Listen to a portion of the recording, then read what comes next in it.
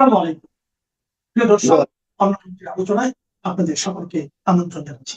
সুপ্রিয় দর্শক শ্রোতা মণ্ডলী, আপনি এই মুহূর্তে আমাদের লাইভটি যে যেখান থেকে দেখছেন এবং পরবর্তী যে যেখান থেকে দেখবেন, আপনাদের সকলকে জানাই আমি আমার প্রাণঢালা অভিনন্দন এবং শুভেচ্ছা। আপনারা সকলেই জানেন যে জাতিসংঘের নিরাপত্তা পরিষদ একটি রিপোর্ট পেশ করেছে বাংলাদেশ সম্পর্কে, এবং সেই সম্পর্কে আমরা কথা বলার জন্য আমাদের সাথে স্টুডিওতে আছেন গৌতম লেহরি দাদা, যাকে আপনারা সকলেই চিনেন, অতি সুপরিচিত, যিনি বাংলাদেশ, ভারত এবং দক্ষিণ এশিয়া নিয়ে কাজ করেন, রিপোর্ট করেন, সাংবাদিক ওনার কাছে। তো চলুন ওনার কাছে সরাসরি। দাদা নমস্কার, আপনি কেমন আছেন? আছি, মোটামুটি আছি। দাদা ধন্যবাদ আপনাকে যে আপনি এই ব্যস্ত সময় আমাদেরকে সময় দিয়েছেন। দাদা আজকে তো আপনাদের মনে প্রেস ব্রিফিং ছিল, আপনার নিয়মিত যে প্রেস ব্রিফিং।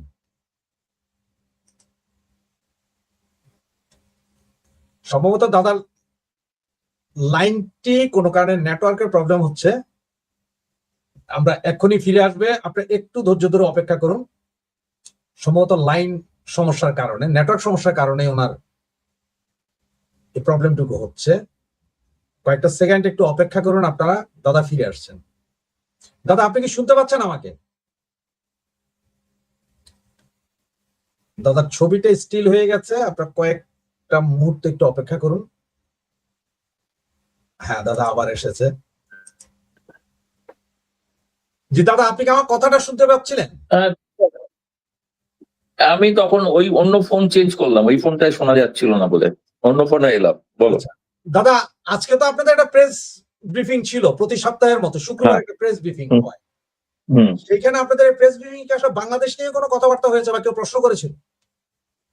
হ্যাঁ, বাংলাদেশ নিয়ে প্রশ্ন হয়েছিল। প্রথম প্রশ্ন হয়েছিল যে বাংলাদেশে এই মুহূর্তে প্রবল ডিজেল সংকট চলছে এবং ভারতের কাছে বাড়তি ডিজেল চেয়েছে। এই বিষয়ে ভারত সরকার কোনো সিদ্ধান্ত নিয়েছে কিনা। দ্বিতীয়ত, প্রধানমন্ত্রী তারেক রহমানের সফর নিয়ে অনেক জল্পনা চলছে, সুতরাং এই বিষয়ে কোনো সুনির্দিষ্ট সিদ্ধান্ত হয়েছে কিনা। তৃতীয়ত, যে শেখ হাসিনাকে প্রত্যার্পণ না করলে তারেক রহমান আসবেন না, এমন সংবাদ প্রচারিত হয়েছে, এগুলো কতটা সত্যতা আছে। তিনটে প্রশ্ন ছিল, এবং তিনটে প্রশ্নের মধ্যে যেটার উত্তর যেটা দিয়েছেন সেটার উত্তর হচ্ছে যে ভারত সরকার প্রধানমন্ত্রী তারেক রহমানকে ভারতের প্রধানমন্ত্রী নরেন্দ্র মোদী দ্বিপক্ষীয় সফরের জন্য আমন্ত্রণ জানিয়েছিলেন তিনি যখন প্রথম নির্বাচিত হন।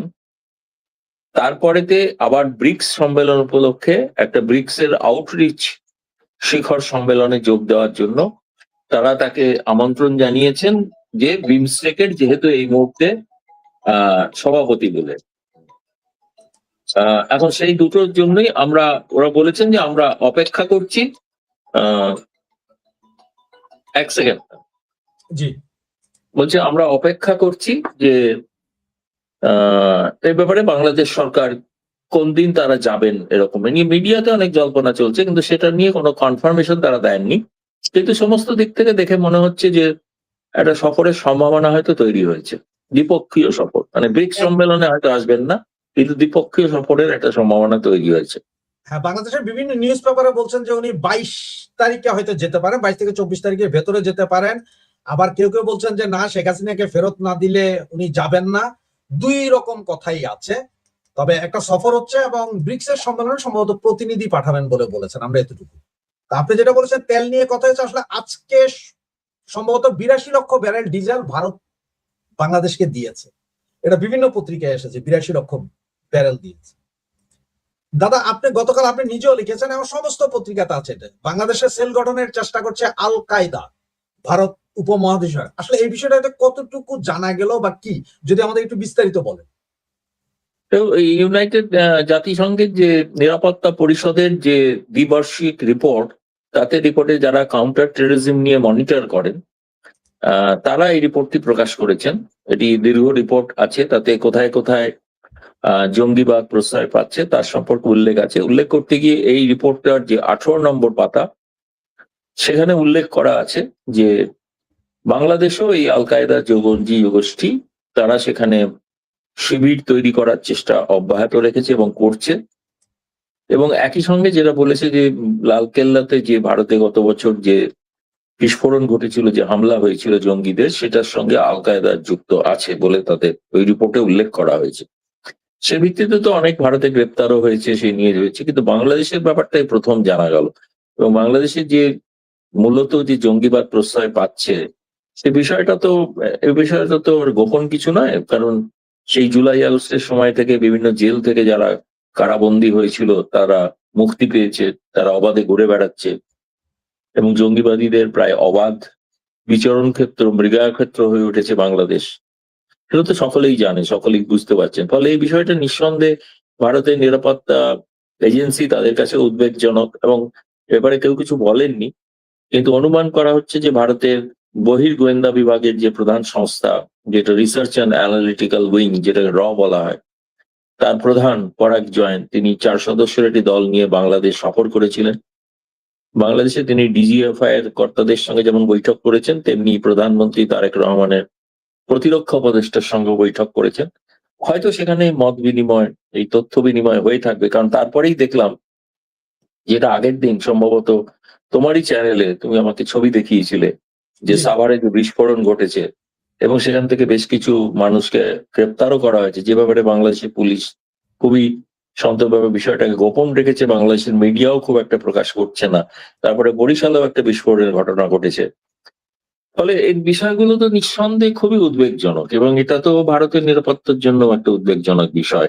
এই বিষয়টা নিয়ে আজকে, এটা যেহেতু যে মন্ত্রণালয় দেখে, সেটা সাধারণত আমাদের স্বরাষ্ট্র মন্ত্রণালয় দেখে, এটা তো পররাষ্ট্র মন্ত্রণালয়ের বিষয় নয়, কারণ জঙ্গিবাদ রোখা বা দমন করা, কাউন্টার টেরোরিজম বিষয়গুলো যারা গিয়েছিলেন তারা তো সরাসরি প্রধানমন্ত্রীর অধীনের গোয়েন্দা সংস্থা, তারা প্রধানমন্ত্রীদের নিরাপত্তাও দেখেন। ফলে বিষয়টা খুবই সর্বোচ্চ পর্যায়ে এরকম ধরনের একটা সফর সাম্প্রতিক সময় হয়নি। ফলে এটা নিঃসন্দেহে অনেক কৌতূহল তৈরি করেছে, অনেকে নানা রকম জল্পনা করেছেন, কিন্তু সেই জল্পনাটা মানে অতটা আমার কাছে বিশ্বাসযোগ্যতার কিছু নেই। কিন্তু এটা ঘটনা যে, যেটা পরের দিনই দেখলাম, ওই শহর ওরা ফিরে আসার পরই দেখলাম 10ই আগস্ট যে নিরাপত্তা পরিষদে যে রিপোর্টটি প্রকাশ হয়েছে, যে প্রকাশের রিপোর্টের কপি তো আমার কাছে আছে, যার ভিত্তিতে আমি একটা প্রতিবেদনও লিখেছি। জি। তো ফলে এই বিষয়টা তো নিঃসন্দেহে একটা খুবই তাৎপর্যপূর্ণ বিষয়। জানি না বাংলাদেশ সরকার এই বিষয়ে কোনো এখনো মতামত প্রকাশ করে। এতদিন তো বলেছে জঙ্গি নাটক সব আওয়ামী লীগে করেছে বা আওয়ামী লীগের দ্বারা সংগঠিত। 24-এ আমরা দেখলাম, আপনারাও বললেন, এখন জাতিসংঘ সেম কথাটা বলছে, বা আপনার ইসরায়েলের অ্যাম্বাসেডার তিনিও বলেছিলেন বাংলাদেশে এই অবস্থা। এখন এটা নিয়ে আসলে বাংলাদেশের সাংবাদিকদের কি আলোচনা? আপনি তো অনেকের সাথে আলোচনা করেন বা অনেকের সাথে কথা হয়। তারা এই বিষয়টা থেকে এড়িয়ে যাচ্ছে, টোটালি এড়িয়ে যাচ্ছেন। তাদের হ্যাঁ, মানে যে মূল স্রোতের মিডিয়া যারা, তারা এড়িয়ে যাচ্ছেন। তারা বিষয়টাকে হয়তো তাদের উপর কোনো চাপ আছে যেটা বলতে চাইছেন না, এই বিষয়ে যেন কোনো সংবাদ গণমাধ্যমে যেন প্রকাশ না পায়। দাদা, অনেকে এই জিনিসটা, এই যে জাতিসংঘের এই রিপোর্টটাকে মিলাতে চাচ্ছেন, বলছেন যে মানে এই ইসরায়েলের অ্যাম্বাসেডার বললেন, এরপরে ভারতের আসলো, আসার ঠিক 3 দিন থেকে 4 দিন পরে এই রিপোর্ট, এইটা হয়তো ইন্ডিয়া বা করিয়েছে জাতিসংঘকে দিয়ে। আসলে এটার ভিত্তি কি, বা এটা কি মনে করেন যে দ্বারা সম্ভব জাতিসংঘকে দিয়ে করানো এই কাজ? এদের উত্তর দিলে না গুরুত্ব দিয়ে দেওয়া হয়, সব পাগলদের কথার কে গুরুত্ব দেবে? এদের নিয়ে আলোচনা করে সময় নষ্ট করে কোনো লাভ নেই। এগুলো অতি বাজে, মানে অতি সাধারণ স্তরের, নিম্ন স্তরের আলোচনা। এই আলোচনা তো না করাই ভালো। এটা এটা একটা কথা বলা মানে তাকে গুরুত্ব দিয়ে দেওয়া হয়, যা বলছে তাদের গুরুত্ব দেওয়ার কোনো প্রয়োজনই নেই। আমার মনে হয় কোনো সাংবাদিকেরই এই ধরনের জিনিস নিয়ে গুরুত্ব দেওয়া উচিত না। আমরা তো দেবোই না, প্রশ্নই ওঠে না কোনো।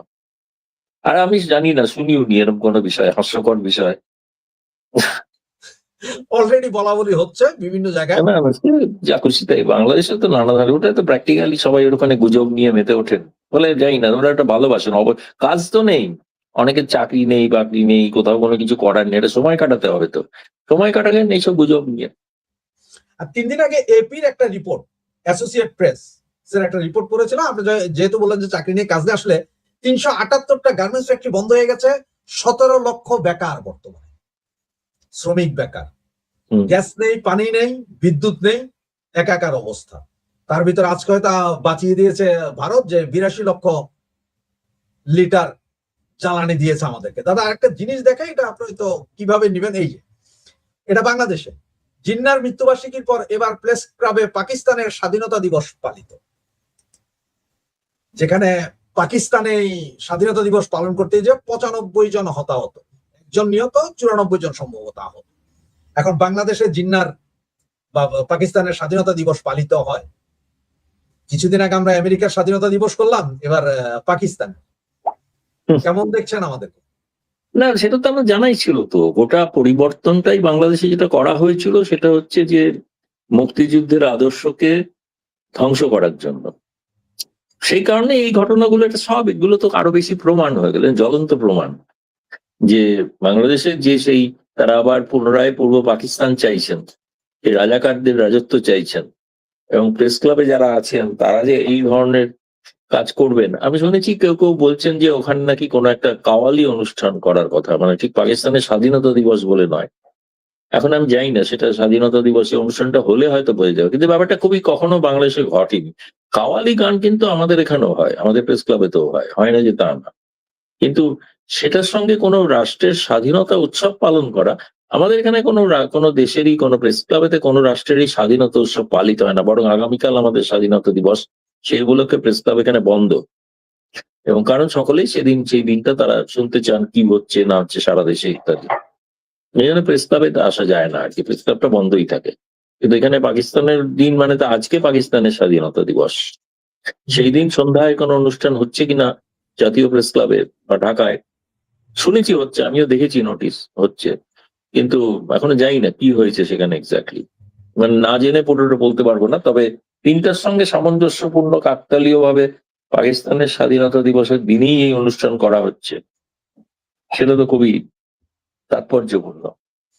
দাদা, আপনি সাংবাদিকতা ছাড়ুন, আপনি রাজনৈতিক বিশ্লেষণ ছাড়ুন, এজ এ নর্মাল একজন পার্সন ভারতের, সেই হিসাবে আমাকে একটা কথার জবাব দিন। এই যে আমরা সবাই তারেক জিয়া যাচ্ছে কিনা, যাবে কিনা, আসবে কিনা, তাকে দাওয়াত দেওয়া হয় নাই, দাওয়াত দিতে হবে, যেইখানে পুরো দেশ 24-এর 5ই আগস্টের পরে দিল্লি না ঢাকা, দিল্লি না ঢাকা চিল্লাইতেছে, সেইখানে ব্রিক্সের সদস্যও না বাংলাদেশ, তাকে নিয়ে বা তাকে আনার জন্য, তাকে ভারত যাওয়ার জন্য এত কেন? না, সেটা তো দেখুন, এটা তো একটা দেখো, একটা আমাদের নিকটতম প্রতিবেশী, আমরা তো উপেক্ষা করে থাকতে পারবো না। তাদের সঙ্গে তো একটা এঙ্গেজমেন্ট চাই না। যেমন ধরো এখন বাংলাদেশের যেমন যে ক্রাইসিস, সেই ক্রাইসিসে একমাত্র পাকিস্তান বা চীন তার যাই পালন করুন স্বাধীনতা দিবস, তারা তো কেউ সাহায্য করতে পারবেন না। ডিজেলটা তো ভারত থেকেই নিতে হবে, তাই না? বিদ্যুৎ তো ভারত থেকেই নিতে হবে, কাঁচা সবজিও ভারত থেকে নিতে হবে। কিন্তু তার বিনিময়ে বাংলাদেশ ইউনূসের আমলে ভারতের বাণিজ্যের উপরে যে নিষেধাজ্ঞা আরোপ করে রেখেছিল, সেই নিষেধাজ্ঞা এখনো রয়েছে, বহাল রয়েছে। তারা সবকিছু নেবেন, তারা দেবেনটা কি এটা তো এখনো ঠিক হয়নি। তো সেই আলোচনাটা একটা আলোচনার টেবিলে বসলে এগুলো তারা আবার বাংলাদেশ চান তারা ভারতের সঙ্গে ক্রিকেট মরশুম আবার শুরু হোক, ক্রিকেট খেলা আবার শুরু হোক, যেটা বন্ধ হয়ে আছে, সেটার জন্য বাংলাদেশ থেকে প্রস্তাব আছে। তো এগুলো তো প্রধানমন্ত্রী সফর হলে তখন এগুলো সব সিদ্ধান্ত হতে পারে আর কি। কিন্তু ভারতের দিক থেকে যেটা প্রয়োজন, যেগুলো দরকার, যেগুলো হচ্ছে উত্তর পূর্ব ভারতের কানেক্টিভিটি, এবং যে প্রজেক্টগুলো এলওসির যে প্রজেক্টগুলো আটকে আছে সেগুলোর আবার পুনর্নবীকরণ আবার চালু করা, একই সঙ্গে যে নিষেধাজ্ঞা বাণিজ্য সংক্রান্ত বিষয় আছে সেগুলোর প্রত্যাহার করা, এগুলো তো উভয় পক্ষে দাবি দেওয়া জানিয়ে একটা সমাধান সূচকে আসতে পারে আর কি বলে মনে হয়। তারপরে সেই জন্যই মানে দুই দেশের আমাদের তো প্রধানমন্ত্রী বসলে অনেকই সমস্যার সমাধান হতে পারে বলে মনে হয়। হতে পারে হবেই এরকম বলছি না, কিন্তু হতে পারে। কিন্তু এই সফরের সঙ্গে কিন্তু একটা জিনিস পরিষ্কার স্পষ্ট, এটা ভারত স্পষ্টই করে রেখেছে, সেটা হচ্ছে ওই শেখ হাসিনা প্রত্যাবর্তন, এটা কোনো শর্ত নয়, এটা কোনো বিষয়, ওটা অন্য বিষয়। ওটার সঙ্গে ভারত শেখ হাসিনাকে না ফেরত দিলে তিনি ভারতেই আসবেন না, তো ডিজেলটা ভারত থেকে নিয়ে যাচ্ছেন, তো শেখ হাসিনা যেখানে আছেন সেখান থেকেই তো ডিজেল নিচ্ছেন, তাই না? তো ডিজেল না নিলেই পারেন যে ডিজেলটা নেবো না, ওখানে শেখ হাসিনা আছে, ওটা শেখ হাসিনার গায়ের গন্ধ আছে ডিজেলে, তাই না? তো নয়, সম্ভব নয়। ওগুলো বলার জন্য ওদের ডোমেস্টিক কনস্টিটুয়েন্সিকে সন্তুষ্ট করার জন্য এগুলো বলতে হয়, তাই বলছেন, সিরিয়াসনেস নেই। দাদা, অনেকেই বলছেন যে শেখ হাসিনা এখন একটা বোঝার মতো হয়ে গেছে ভারতের কাছে, এটা গত 2-1 দিনে বলছেন, যে যার কারণে ওনাকে দিয়ে প্রেস কনফারেন্স করানো হচ্ছে, এই করানো হচ্ছে, মানে শেখ হাসিনাকে ঝেড়ে ফেলে দেওয়ার জন্য। আপনার কাছে আসলে কি মনে হয়? না, তিনি তো একটা বিপদে পড়ে ভারতে আশ্রয় নিয়েছেন এবং ভারত তাকে আশ্রয় দিয়েছে, এবং তিনি আমাদের সম্মানিত অতিথি, সেই হিসেবেই তিনি আছেন। এই ভারতের যারা মুক্তিযুদ্ধের পক্ষের বিশ্বাসী মানুষ, তারা কেউ মনে করেন না যে তিনি ভারতের বোঝা হয়ে গেছেন, সেরকম না। দাদা, লাস্ট 2টা প্রশ্ন। একটা হচ্ছে যে আজকে একজন সাংবাদিক যিনি আপনাদের ওই প্রোগ্রামে হাজির ছিলেন, উনি নিজেই প্রশ্ন করেছেন মাননীয় সাবেক প্রধানমন্ত্রীকে। তিনি বললেন যে ওনার কাছে একটা রিপোর্ট আছে যে রাশিয়ার যে গোয়েন্দা সংস্থা, তারা নাকি অলরেডি ভারত সরকারের হাতে একটা রিপোর্ট দিয়েছে যে শেখ হাসিনা বাংলাদেশ গেলে ওনার জীবন নাশের সম্ভাবনা প্রবল, এই ধরনের কোন রিপোর্টের কথা কি আপনি জানেন কিনা বা বুঝতে পারছেন কিনা? না, আমি এরকম, তার জীবনের সংকট তো আছেই, সে তো জঙ্গিরা ঘোষণাই করেছে তাকে হত্যা করবে, সে তো আছে, খুবই স্বাভাবিক, সে তো থাকতেই পারে, কিন্তু সেটা নিয়ে নতুন করে কিছু এরকম নয় যে শেখ হাসিনা খুব একেবারে গোলাপ ফুল বেছানো পথ ধরে তিনি ঢাকায় ফিরবেন, এরকম তো সম্ভব না, তার বিরুদ্ধে তো অনেক আক্রমণ নানা হতো, হতেই পারে, অস্বাভাবিক কিছু না। তাহলে আপনাদের কি, যদি উনি দেশে যায়, ভারত সরকার কি এটার দিকে চোখ রাখবে যে কি হচ্ছে না হচ্ছে, বা নিরাপত্তার বিষয়টা? নিরাপত্তার বিষয় তো অবশ্যই আমাদের তো প্রধান শর্তই আছে, তার জীবনের যেন কোনো ক্ষতি না হয়, সেটা তো নিশ্চয়ই দেখা হবে।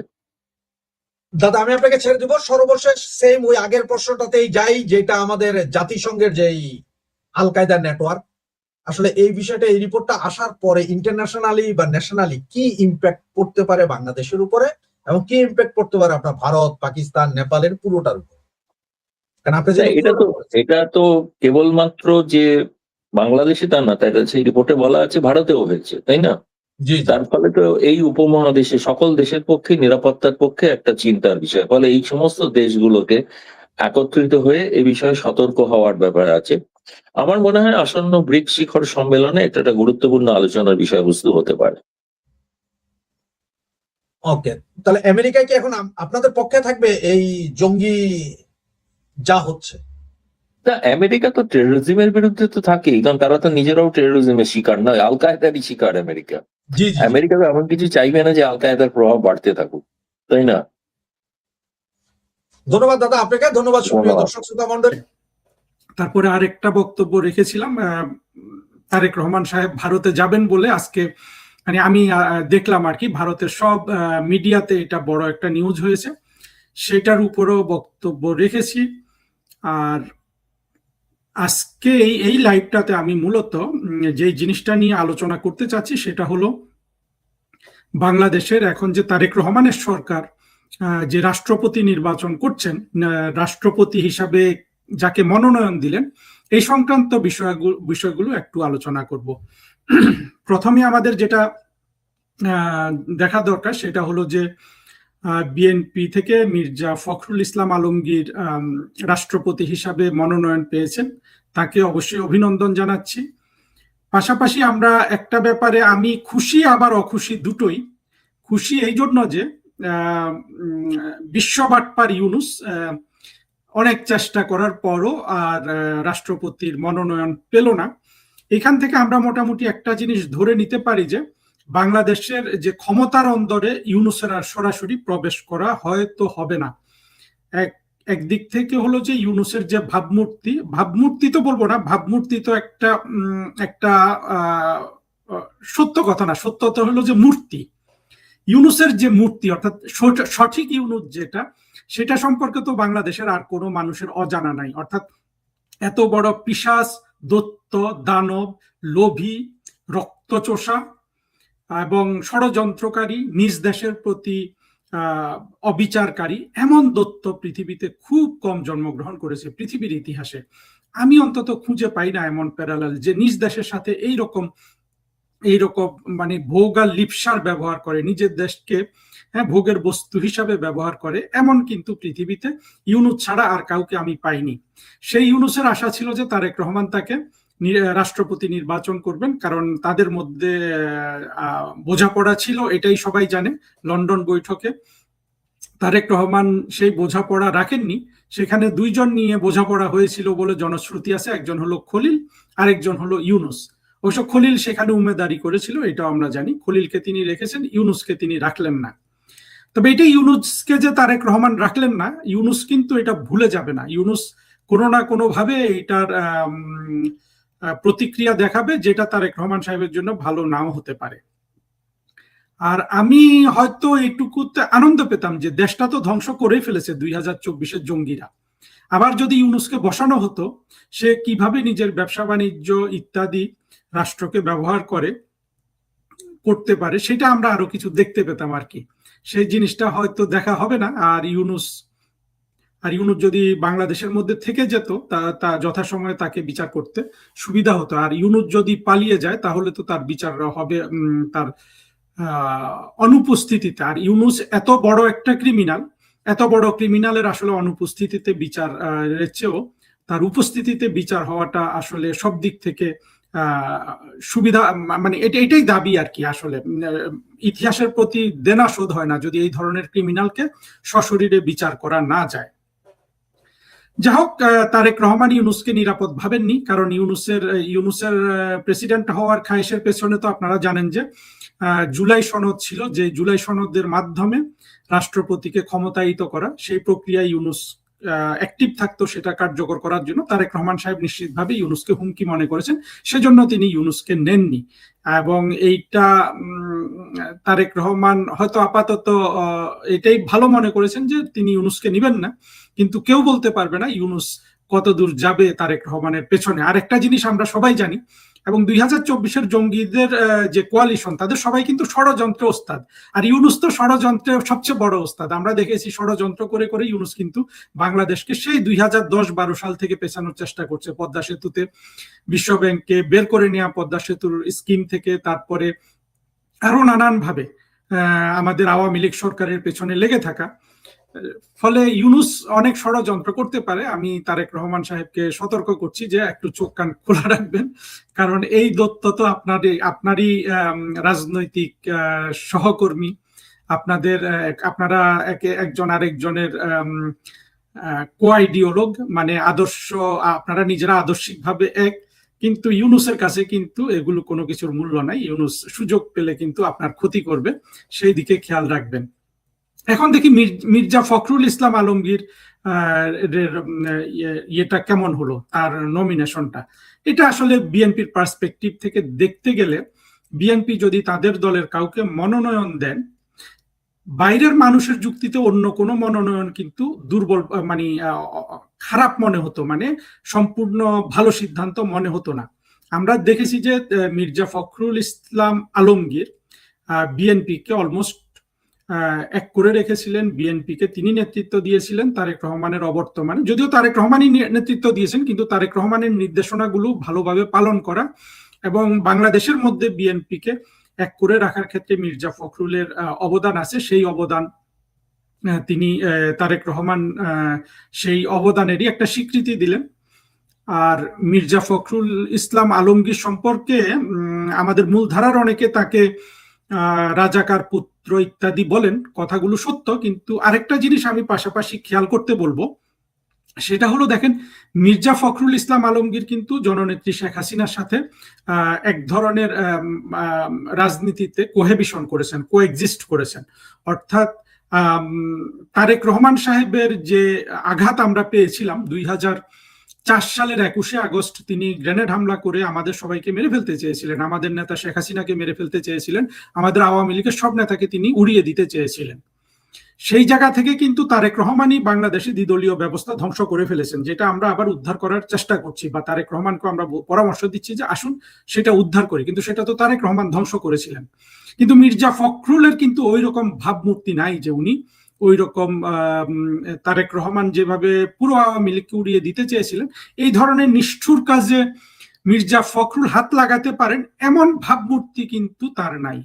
আরেকটা জিনিস খেয়াল করবেন, মির্জা ফখরুলকে শেখ হাসিনা অনেক ধরনের সহযোগিতারও হাত বাড়িয়ে দিয়েছিলেন, যদিও জননেত্রী শেখ হাসিনা এটা সবাইকে দেন, শত্রু মিত্র, তবুও মির্জা ফখরুল, আমরা জানি যে প্রধানমন্ত্রী শেখ হাসিনার অর্থ সাহায্য নিয়ে তিনি চিকিৎসাও করেছিলেন মির্জা ফখরুল সাহেব। তো সেদিক থেকে আমি মনে করি যে প্রধানমন্ত্রী শেখ হাসিনা মির্জা ফখরুলকে অন্তত একজন রাজনৈতিক সহকর্মী হিসাবেই ভাবেন, এইটা আমি ভাবতে চাই।